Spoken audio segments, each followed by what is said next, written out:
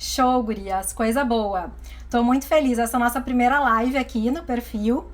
E a gente vai falar então sobre desenvolvimento de coleção, muito focado para quem tem negócio de moda, para quem desenvolve sua própria coleção, para quem tem marca própria, para quem quer começar e muita gente me fala, não sei por onde começar, tem muita dúvida, né, nesse meio. As empresas acabam começando o seu processo e fazendo, né, sendo consumidas no dia a dia por uma demanda absurda de trabalho e realmente passam a só ficar apagando incêndio e acabam não tendo tempo de fazer toda uma estruturação. Muitas vezes também em empresas grandes, que tem uma marca já forte, consolidada, que olhando de fora a gente tem uma ideia assim de que são marcas, né, perfeitas por dentro, mas são marcas que muitas vezes perdem para elas mesmas porque não tem essa estruturação. Então é sobre tudo isso que a gente vai conversar um pouco aqui. Se vocês forem tendo dúvidas também vão perguntando e a gente vai entrando então um pouquinho mais. Bom, hoje eu vou dar um enfoque, né, nessa parte de estilo mesmo, na parte de criação, mas é inevitável a gente passar por outras questões que são fundamentais. Eu não acredito que o produto, ele comece já direto no produto. O produto, na verdade, é uma consequência de um todo da marca, de um 360 da marca. Então, o objetivo mesmo é eu dividir com vocês a minha vivência. Para quem não conhece a minha história, eu atuei durante 15 anos como diretora de produto e marca, né, numa marca de 40 anos de história aqui do Rio Grande do Sul, e eu acho que esse é o grande feito, né, uma marca conseguir ficar 40 anos como líder de mercado, nesse mercado de moda jovem feminina, é um grande case, e isso é impossível, não seria possível se não houvesse uma preocupação com todo o DNA da marca, com todos os pontos de contato com a marca. Não é uma coisa isolada, não é só o produto, não é só o atendimento ou o marketing, né? E tem sempre os 3 pontos que eu falo, que é consistência, coerência e continuidade. O que a gente mais vê são marcas nascendo e morrendo, né, no Brasil. Então, eu vivi esses 15 anos, nós vendemos a empresa fazem 4 anos e desde então eu tô me dedicando a respaldar, a disseminar conteúdo técnico, a respaldar marcas, né, como eu falei, pequenas, médias ou maiores que precisam revisar essa reestruturação e eu tô muito feliz. Então, vamos fazer desse espaço aqui um espaço de muita troca. E é o primeiro, né, de muitos. Bom, então, entrando um pouquinho assim, eu vou passar com vocês toda a questão do fluxograma, tá? Que isso depois pode ser transformado e deve ser transformado num cronograma. Cada uma dessas etapas que eu vou listar aqui para vocês, deve existir um período do ano para ser realizada cada uma delas. Então, eu gosto sempre também de trazer histórias e referências para a gente conseguir entender melhor. É como se eu fosse fazer um casamento, enfim, uma festa, e eu organizasse o evento 2 semanas antes. Aí é impossível não fugir da correria, né? Então, por que existe um cronograma e um planejamento?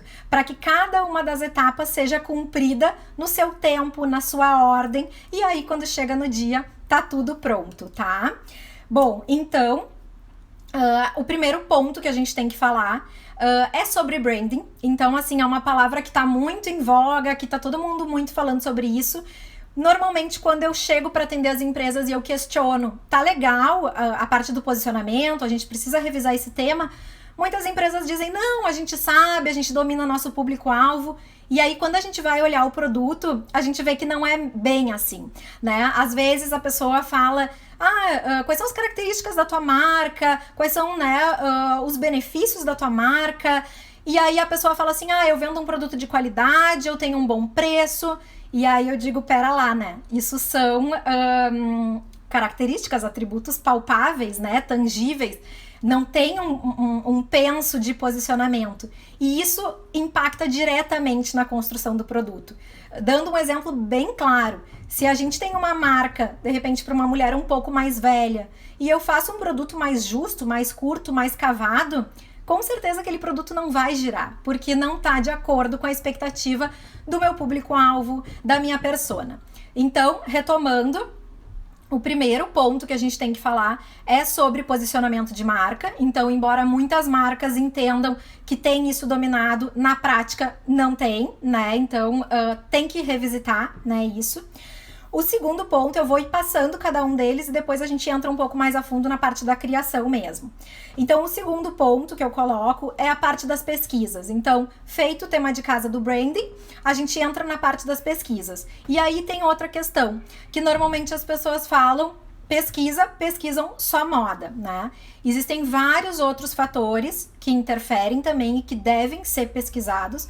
O produto, ele também é uma consequência de um apanhado de informações que a gente deve buscar. Então, moda é uma delas, mas não é todas, né? Eu trabalho sempre 5 pontos de pesquisa, citando alguns para vocês aqui. A gente tem, então, a parte de pesquisar concorrência, para a gente entender o nosso, né, a nossa posição no mercado, a nossa comparação com o nosso concorrente. A gente tem toda a parte que é uma das principais de analisar o cliente mesmo, né? O público-alvo, a pessoa que está abrindo a carteira para consumir o nosso produto. A gente tem que entender muito da vida dessa pessoa, do universo dessas pessoas, as marcas que ela consome e por aí vai. Então esses são alguns dos pontos e também um ponto muito importante, que isso está ligado ao nosso planejamento, a questão do histórico da nossa marca, ou seja, quais são os produtos que mais vendem, quais são os produtos que menos vendem, enfim, toda a história desse produto, né, dos produtos que já foram criados, no caso de alguma marca que já existe, isso tudo tem que ser analisado. Feito então essa etapa número 2, que é a parte de pesquisa, a gente vai para a parte do planejamento. E a parte do planejamento, também gosto de citar um outro exemplo. É como se eu fosse fazer um projeto arquitetônico, né, contratasse uma arquiteta e não desse para ela um orçamento. E aí vocês imaginam, né? A gente pode ir do zero ao infinito. Com produto funciona da mesma forma. Se a gente não tem uma verba destinada a produto, a gente se empolga na hora do desenvolvimento, sai comprando tecidos mais caros, fazendo peças que acabam tendo um custo também mais caro, compra mais, compra menos, enfim. Então, na parte do planejamento também a gente tem que iniciar de uma verba, dividir, né? Existem várias perguntas que tem que ser feito. Então, assim, qual vai ser a minha divisão por linhas, por tipos de produto, enfim, se é por lifestyle, por categoria, fazer essa divisão, por entradas também desse produto, né? O tempo, né? O prazo que eu vou precisar de cada um desses produtos, quanto que eu vou pagar por cada um deles, né? Quanto que eu vou fazer de cada um deles. Então, por exemplo, se eu fizer uma peça e subdividir ela em cores, eu vou estar aumentando o número dela, então tudo isso tem que ser considerado. Feito o planejamento, então, digamos que a gente já analisou essa verba, esses custos, já fez essas divisões, definiu o markup, né? Cada um desses assuntos daria uma live inteira, mas aqui a gente vai só repassar esses tópicos e eu vou entrar depois mais na parte da coleção mesmo. A gente vai então para a parte da criação, tá? Que é nosso terceiro ponto.